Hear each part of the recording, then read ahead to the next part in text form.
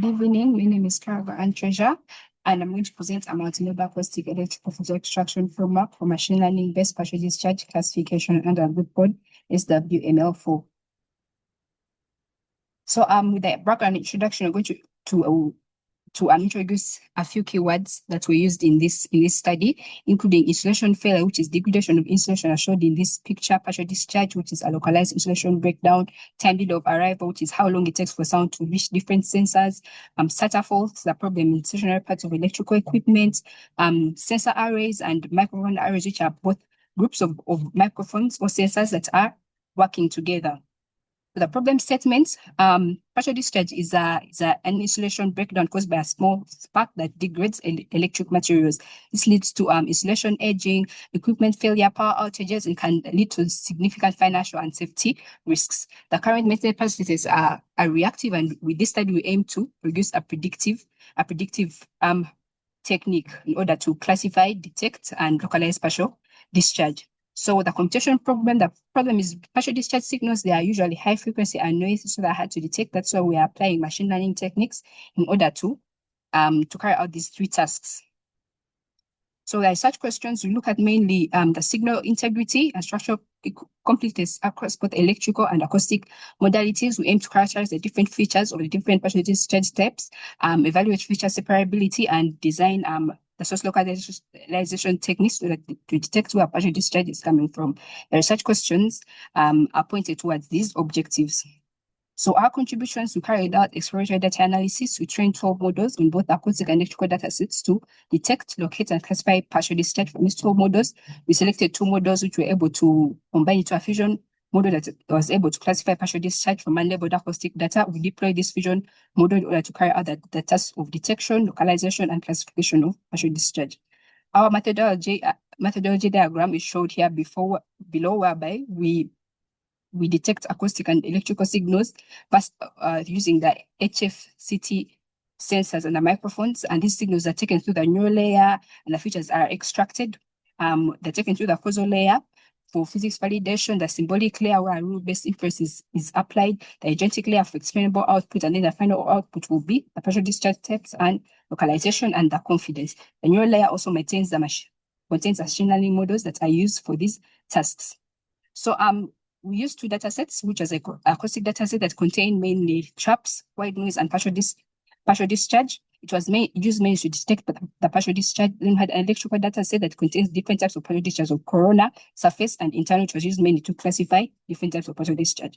The exploratory data analysis results are shown below. We have the acoustic on our left and electrical on our right. So we begin with the waveforms, different waveforms of the partial discharge. So the partial discharge waveform compared to the white noise and the chaps. And here we see the waveforms are different types of partial discharge. From here we see that the partial discharge is detected by different microphones in the microphone array, and some of them are on the edge, sometimes it's detected in the middle. And with these violin plots points towards a feature importance to see which features can best detect the different types of the partial discharge. So here we see the frequency spectrum of the different types of partial discharge, which will guide our machine learning techniques and approaches. From the confidence correlation matrix, we're able to see which features are able to contribute the most towards detecting and classifying the different types of the partial discharge without having feature redundancy. So here we're going to talk about the different types of models that we used. So the first model is the light GBM model, the light gradient acoustic model that used 3 expert models. The first model was a signal classifier to detect the partial discharge. We had a localization model in order to locate where partial discharge is coming from. We had the signal that electric type model, which was used to classify the different types of partial discharge from acoustic data. So the results of these models are then fed into the feature matrix, and then the feature matrix is used by the fusion model in order to detect, classify, and localize the partial discharge. So we had the PID localization model, which had a neural arm that had the 2-dimensional CNN layers that took in a scalogram and they showed the different features of the scalogram. I had the physical layer that took in the rise, kurtosis, the skew, and the centroid features that provided the real world worldwide constraints to this model. So both these features from these, the features were extracted and concatenated into the fusion branch that was used to locate where the partial discharge is coming from. So we had the PD symbolic layer, which also had the neural arm, but this time it had a three-dimensional CNN layers with a squeeze excitation layer that was used to increase the weights of more important features and decrease the weights of less important features, which gave us a focus on the features that we used to detect the partial discharge. So we had the physics and it also had they took in the same features as the PD localization model, and these features that were extracted using these branches were also concatenated and made the multimodal fusion layer that was able to output the three classes of noise, partial discharge, and the chaps.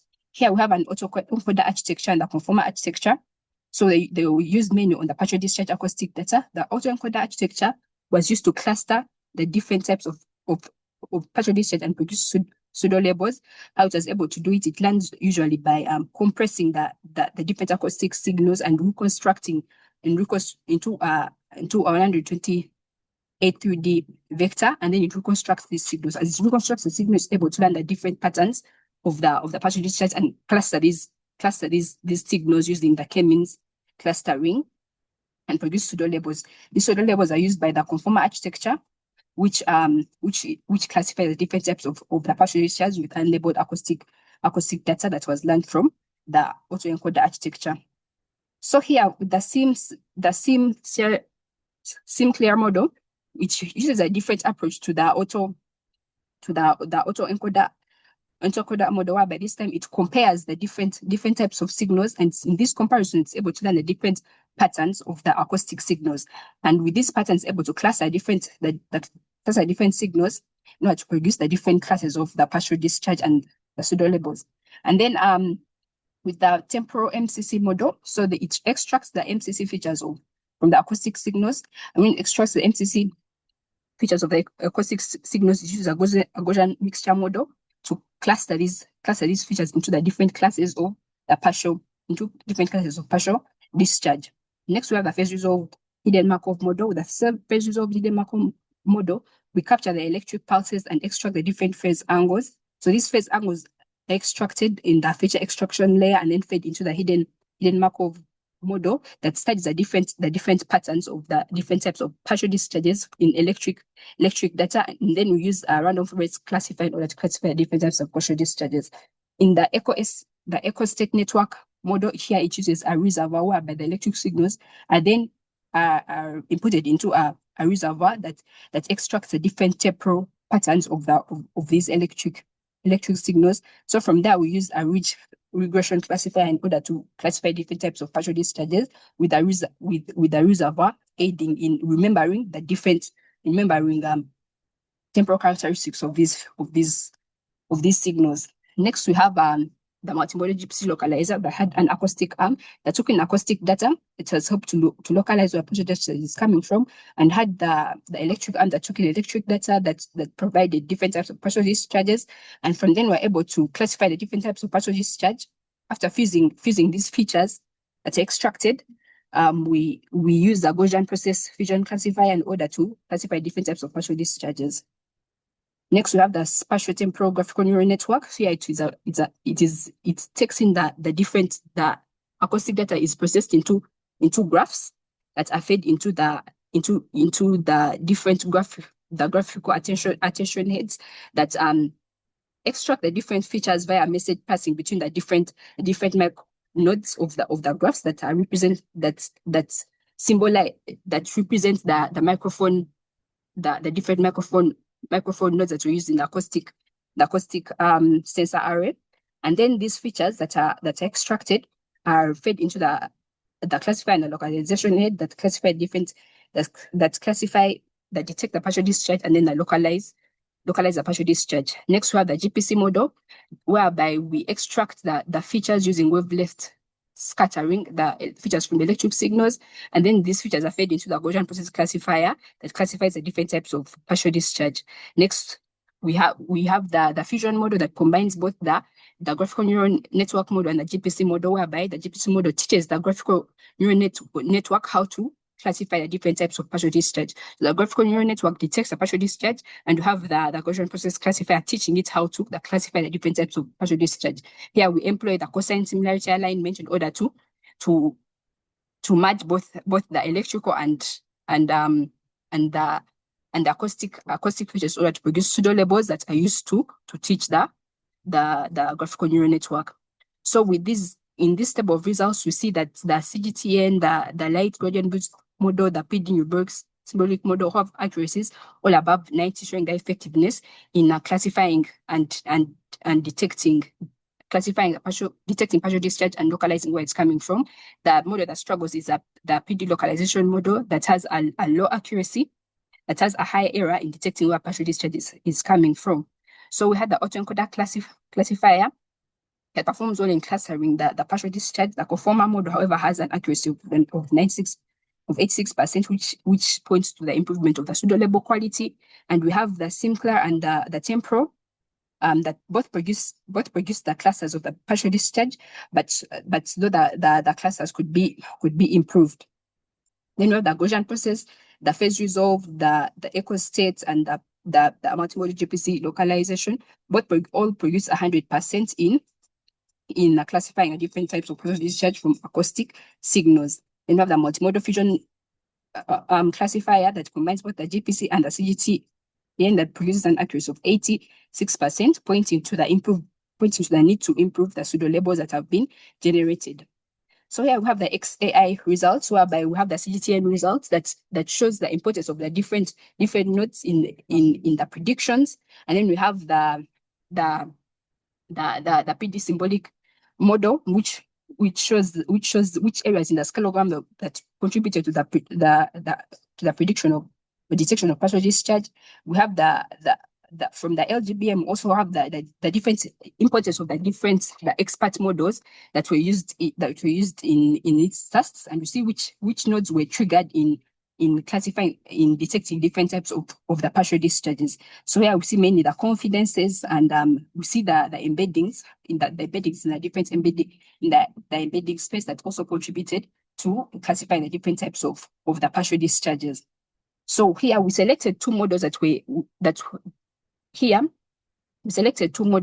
and produced the fusion model, and we were able to deploy this fusion model on the cloud, whereby we used the CGTN model to detect partial discharge and localize where partial discharge is coming from. When the partial discharge is detected, it's then fed into the CGTN model in order to classify the partial discharge. Here is the UI interface. Next, with the model compression. Next, we carried out the model compression. With the model compression, we used knowledge distillation and quantization, structured pruning. So from these different techniques, we saw that structured pruning that involved the reduction of the parameters by half across the attention heads and the classifier heads produced no change in the performance, while the quantization, which involves reducing the precision, the way the weights are stored from floats to integers, had a performance difference, especially in localization. The same for knowledge distillation that involved training a student model. So structured pruning shows the best performance in those. So next, we're going to talk about the technical limitations of the different types of models. We see the CGTN model. We see there was over smoothing, but you're able to apply the sparse scaling connectivity. We use only 6 edges. We see the model. We see the difference limitation of different models. From the model localization, had large localization errors from the symbolic net that suffered mild overfitting, and autoencoder that suffers with the pseudo labels that we had talked before, and then the conformer that struggled with the boundary samples, and the Sinclair that also produced where rare events were underrepresented, the GPC that fails without preprocessing. We had the phase resolved, whereby it also struggled with the boundary details that needed increased in the resolution. We have the echo state where the results vary, the GPC localization that's sensitive to modality noise, and the GPC localizer, where we see the need to improve the pseudo labels. So from the conclusion, we see that the CGTN had the best had the best performance across the task of detecting partial discharge and localizing this partial discharge. We see that and the fusion model, the self-supervised fusion model showed confusion between the corona and network internal which needed hence the need to improve the pseudo label quality. And we see that the structured pruning showed that we had redundancy in our CGTNN model. And then you see the framework also demonstrates the feasibility to detect partial discharge simply using cheaply using acoustic sensors rather than expensive electrical equipment. The future work will focus on improving pseudo label quality and deployment, real-time deployment, enhancing feature representations and collecting more diverse data sets. We acknowledge Mr. Galiwango and Dr. Eunice for their guidance in this process. Thank you so much.